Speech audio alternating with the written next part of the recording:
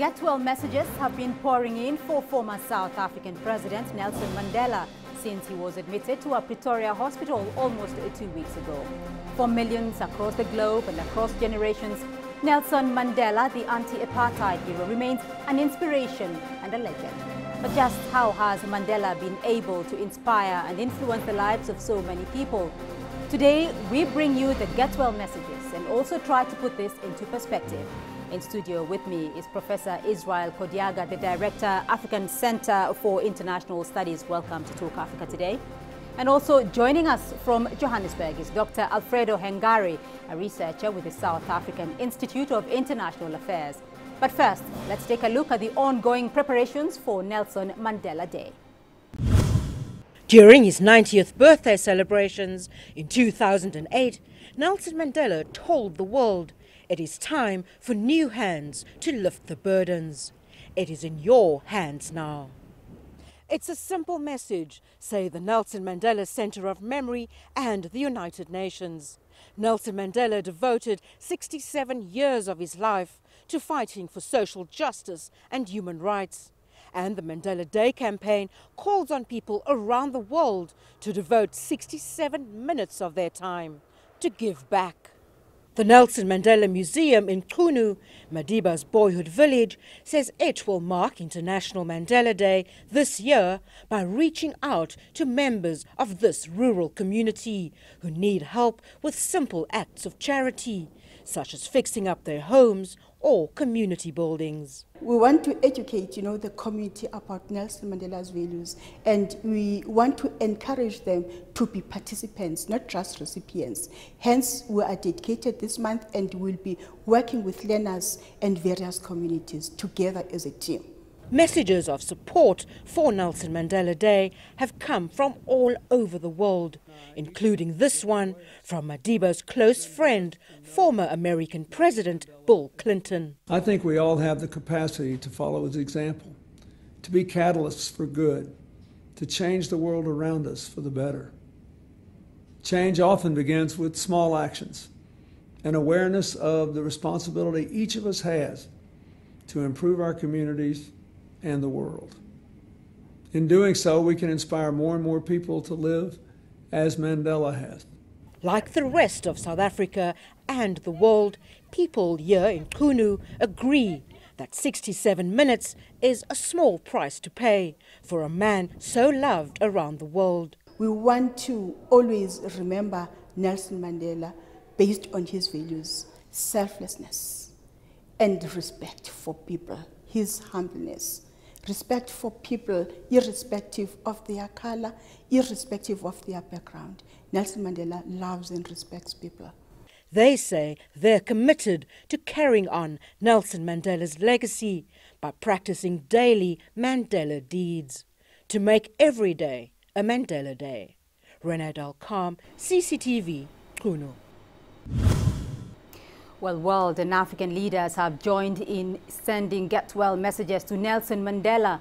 Many of them speak very fondly of him and reminisce about his heady days as a freedom fighter and later South Africa's first all-race president. Well, let's hear about what those leaders have been saying. First to you, Alfredo Hengari, in Johannesburg. Now, there's been a lot of concern about Nelson Mandela's health these past 10 days. Give us an indication of what it has been like in South Africa for South Africans. Well, I think, thank you, Beatrice, for inviting me to the show. For South Africa, it has been quite a very difficult moment to go through. But at the same time, I think South Africans are inspired by the spirit and the defiance and the ability to transcend difficulties that has personified the President Mandela. Therefore, I think in as much as South Africa is going through a difficult period, I think many South Africans are also inspired by the deeds of Nelson Mandela to continue and to try and do good and promote social justice. Well, Gracia Machel, Nelson Mandela's wife, thanked the world for the messages of support, which she said had sort of eased the burden of anxiety. Now, why has Nelson Mandela remained such an iconic figure for South Africans? I think it's important to look at Nelson Mandela as a person first before we look at him as a leader. because I think the most essential aspect of his life is that of a person who decided to contribute to his society, to his country as an individual. And I think it's that individual effort, you know, which was largely based on his desire to do good, that turned him into the icon that he is today. I think the personality of the person is quite important, because even if Nelson Mandela became an icon, one of the things that he emphasized very early on in his political life was that he would not just be a person about leadership, but more about doing good for others. And I think his political career is testimony to that. When he was asked to speak, he was asked to speak at in Addis Ababa in 1962. I think my memory serves me well. At the time, Oliver Tambo was the man who was supposed to speak, and the authorities in Ethiopia requested that he speaks, and he found it very difficult to speak because he was not the leader of the ANC at that time. Oliver Tambo was the leader, and ultimately they reached a compromise where he said, "It's okay, I will speak if you, Oliver Tambo, my leader, insists that I speak." So I think it's that type of humility really that is so inspiring about Nelson Mandela. He was not about leadership, he was more about the collective and serving others. All right. For South Africans, though, Professor Kodiaga, his humility comes across. But Mr. Mandela's failing health, you know, in the past few months has been an intensely personal issue for many across the world, across the continent, though. How do people view Nelson Mandela? How have they viewed the happenings these past 10 days? Thank you very much, Beatrice. I also join my brothers and sisters in South Africa in expressing a get well message to Madiba.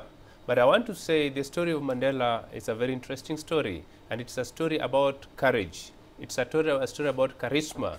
It's a story about resilience. It's a story about tolerance, and a story of triumph of goodness over evil. So if you look at all that, you look at the life of Mandela, then you'll find all that story being well knit right from his childhood in Transkei, his early revolutionary activities and radicalization, his life in Robben Islands, the victory of during the resistance and the struggle, where Winnie actually became the surrogate of Mandela outside Robben Islands, and of course victory and how he shepherded South Africa into the new world after the elections. So that essentially is the summary of Nelson Mandela. So if you look at Nelson Mandela, then you will see Nelson Mandela's life cutting across through those trajectories. And in a nutshell, it therefore means Mandela as an icon represents, one, his relentless struggle against racial inequality. Two, his relentless struggle against apartheid. And thirdly, his social criticism against oppression and ills bedeviling our society. But of course, don't forget his magnanimity and gentle nature, even in victory. His ability to forgive and to move ahead was all that which can be summed up as those that have contributed to Mandela being an icon, and therefore his state of health is a source of worry not only to South Africans but to the world at large. What does he personify, though, for Africans? For Africans, Mandela personifies the African philosophy of Ubuntu, the humanness, the element of I am because you are. This, of course, is a radical departure from the individualistic lifestyle that comes from the West. So Mandela represents that African spirit of giving and taking, that African spirit of forgiveness, that African spirit of care, that African spirit of tolerance. And that is all summed up in Ubuntu, which of course he got inducted into in his childhood in the polygamous marriage of his father, who was a chief. And of course, living in that African setup in Transkei, Mandela learned the art and science of sharing and living with others. All right. Mr. Mandela has talked of his dedication to the struggle of the African people. And I'll just put into perspective a quote here by Mr. Mandela where he says, "I have cherished the ideal of a democratic and free society in which all persons live together in harmony and with equal opportunities." Well, Guy Henderson has been putting into perspective the feelings of the world leaders. Let's listen in. An icon of political morality. Nelson Mandela was the rarest of modern world leaders, dignified, honest, still outspoken, but adored by his public, by everyone's public, by their leaders. Those of us who are fortunate enough to grow up with him, it's an amazing life, an amazing contribution to the development of the human soul, human being.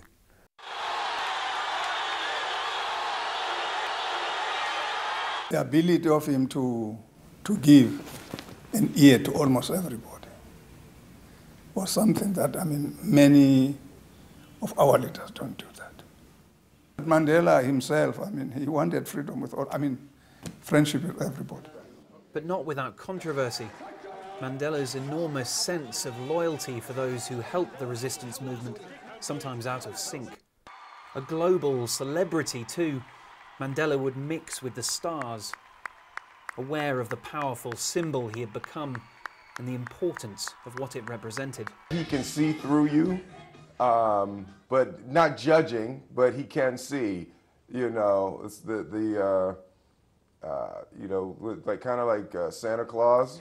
You know, he knows when you've been sleeping, and knows when you're awake, knows when you've been bad or good, so be good for goodness sake, you know.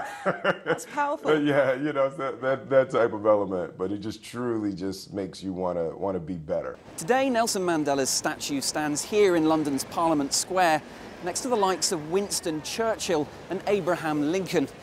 He will surely be remembered as one of the great leaders that humanity has known. The man that spawned the spirit of a new nation, a shining example to the world.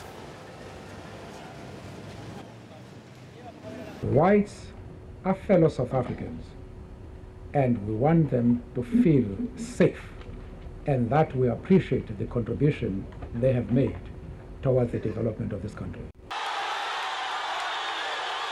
He's a different person, different from all other leaders throughout the whole world. He said to us, already in 1995, comrades, I want to serve only for 5 years. You'll never get such people, such leaders saying that today in Africa or throughout the whole world. It's an example that stands out, a guy, from any point, wherever there is conflict. If you can look at what Nelson Mandela has done for that conflict in South Africa, they could find solutions to their own countries.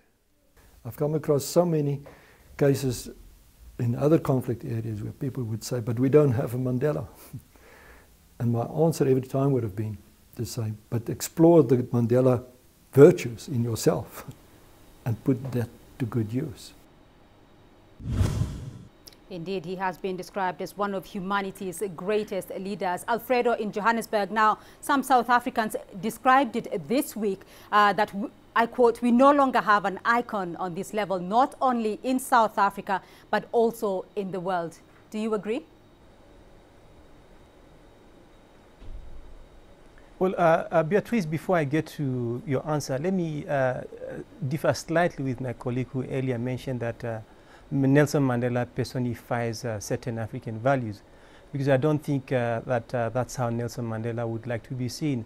In the first place, Nelson Mandela is a human being, and I think it's also important to note that his ideas of struggle, the values that drove him, were also inspired by other individuals, including Mahatma Gandhi.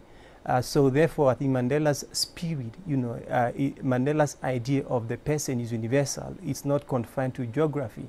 And I think it's why he continues to inspire so many people, because even on Robben Island, during the Rivonia trial, where he was sentenced with individuals like Dennis Goldberg, who were not necessarily from the African soil. So therefore, his personality and his being, at the end of the day, was driven by an ethic of universality in terms of the human person. I think it is true that in this day and age, we don't have many individuals like Nelson Mandela, but I think history perhaps will tell a different picture. Of course, in South Africa today, it's a country that is facing many challenges, and the glue that Mandela provided for, I think, continues to inspire South Africans.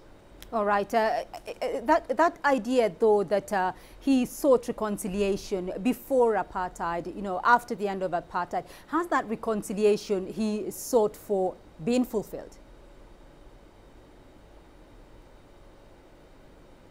Yeah, I think South Africa is notwithstanding its challenges, I think it's a country that has been a model in terms of the transition, where both black and white coexist after a very, very difficult apartheid past. And I think that is testimony to the work of Mandela. As South Africans march forward, they are continuously reminded about the great man that Nelson Mandela is, and the type of edifice that he has tried to erect. I think it's something that is quite present in the minds of many South Africans.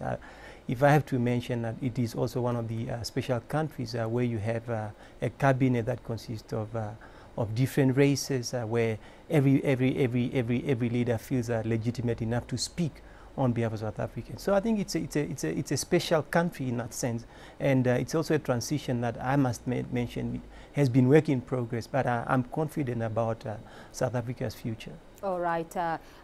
Alfredo Hengari, we'll leave it there for the moment, and Professor Israel Kodiaga will be returning to this discussion in a moment. Do stay with us.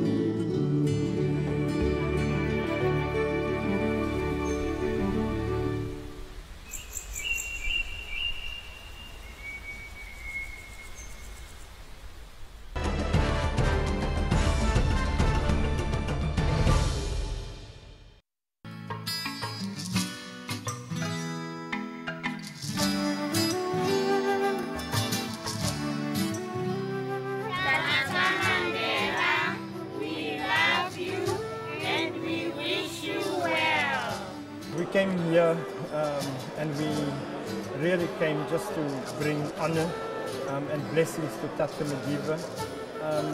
It was just a spontaneous reaction led by our dean here.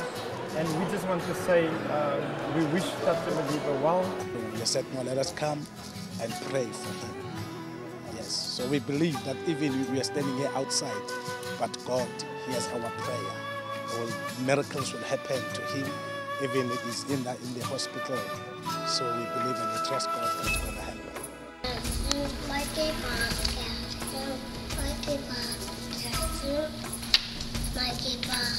New South African banknotes will bear the image of President Mandela, the first president of a free, democratic South Africa. There's a part of Nelson Mandela that is loved by the entire world. The world is watching this story, cares about Nelson Mandela, because I think his courage has allowed each one of us to rise into becoming a better human being. I have fought very firmly against white domination. I have fought very firmly against black domination. I think Nelson Mandela is the face of Africa, and he has done a lot for the whole Africa and for South Africa itself. Since the time he was in prison and all the suffering that he went through, he set an example for everybody in Africa, and I think he's a great man, and everybody wants to have him alive and wish him well. I really sympathize with the rest of South Africans in the world. I mean, Africa is a nation, and it is my prayer that one of the days he's going to come out from faith. But I would like maybe for him just maybe give us a preview about his life and all his profit and all that, so that other fellow Africans may know what he really went on and all the processes and everything. I think it will encourage and motivate other young stars and all that. Mandela is a great man. He played a very big role. Even he contributed to the liberation of this country. we really need this man. He's a great star. So you wish him all the best? I wish him all the best, and I wish God will add more many years to him. We really need this man. Well, there you have it, an outpouring of sentiment and emotion towards the former South African president. People on the streets of Harare here saying they wish him a speedy recovery and hope that he has many more years ahead of him. So help me God.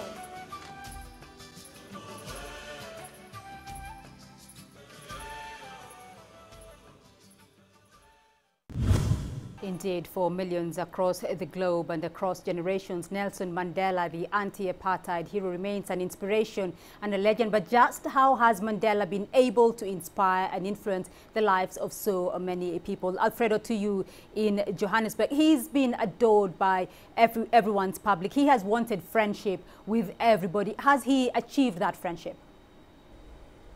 I don't think it's possible for a human being to be loved by everybody. There are individuals who differed with the approach that was taken by Nelson Mandela. There are some who felt that he was very soft on those who oppressed him. So there are people who differ with his approach, certainly. But I think at the end of the day, what is most significant in his work is that he essentially tried to push for what is good in mankind, and he always tried to see that, and that was that has been his defining motto as a leader. So I think it would be unfair to say that he's been adored and loved by everybody. I think it's just not possible. All right.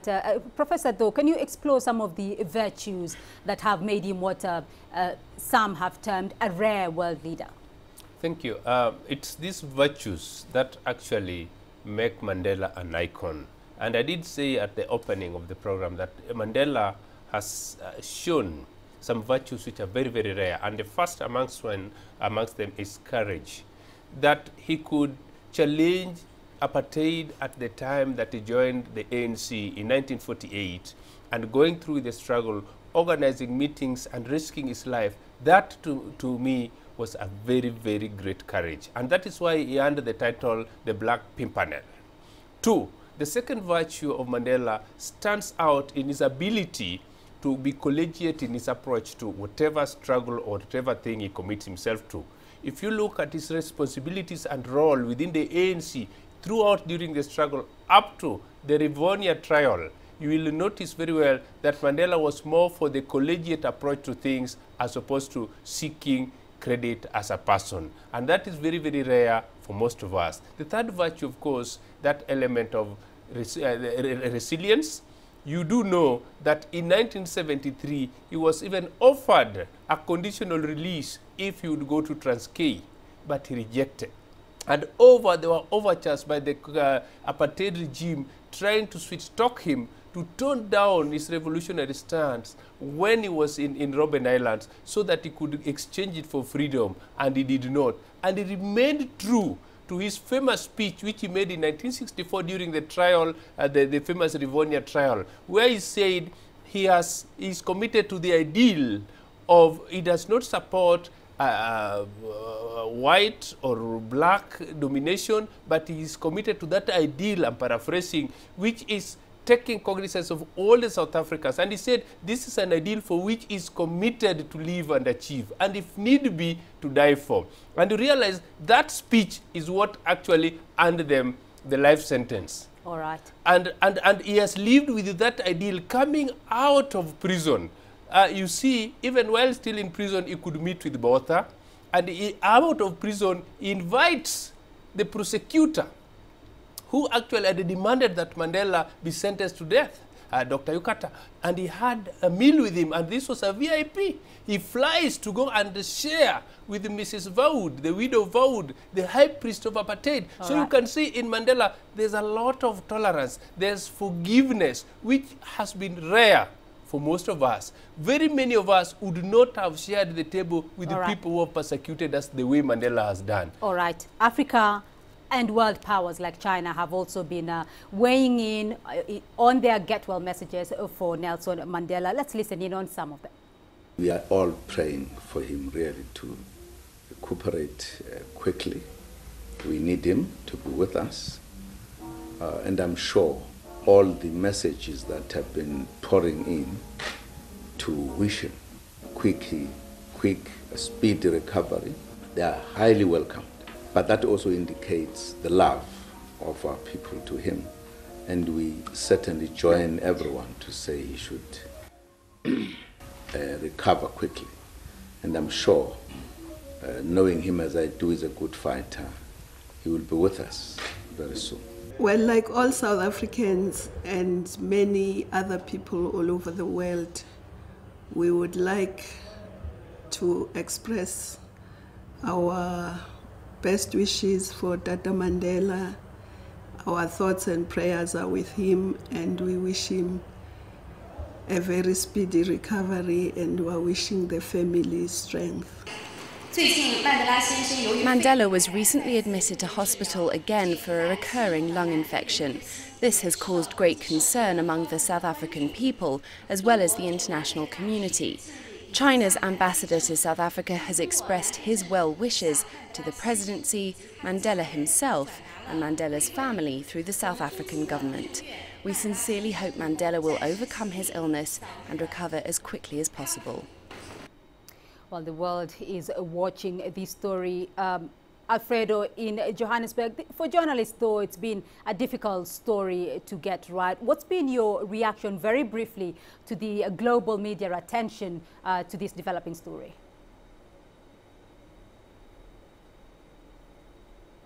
Well, I think it's pretty normal, because at the end of the day, we are talking about one of the greatest figures of the past century.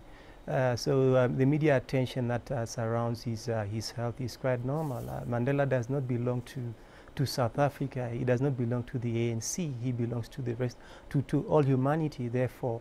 And I think he belongs to humanity because of his deeds, you know, in favor of human progress. Therefore, it is a matter of public interest. It is a matter of global interest. I don't find that odd at all, because of the person that he is, and the role that he has played in the emancipation of the human person. All right, Professor, you have the final word on this. Yes, what I would like to say is that in Mandela, the world has been presented with lessons on how to live and leave this world a better place. The life and times of Mandela are actually lessons for the rest of humanity. And I hope leaders across the world would take lessons from Mandela and actualize them in their respective countries. If we do that, then we'll have a better world. But otherwise, we hope Mandela recovers quickly. We love him, and we still want to see him for a long time to come. All right, Professor Israel Kodiaga, Director, African Center for International Studies. Thank you very much for joining us on this special edition of Talk Africa. And Dr. Alfredo Hengari, a researcher with the South African Institute of International Affairs, joining us from Johannesburg. Thank you very much for your insights. And from us here on Talk Africa, we have been having a special program dedicated to the get well wishes for Nelson Mandela. Thank you very much for joining us, and bye-bye.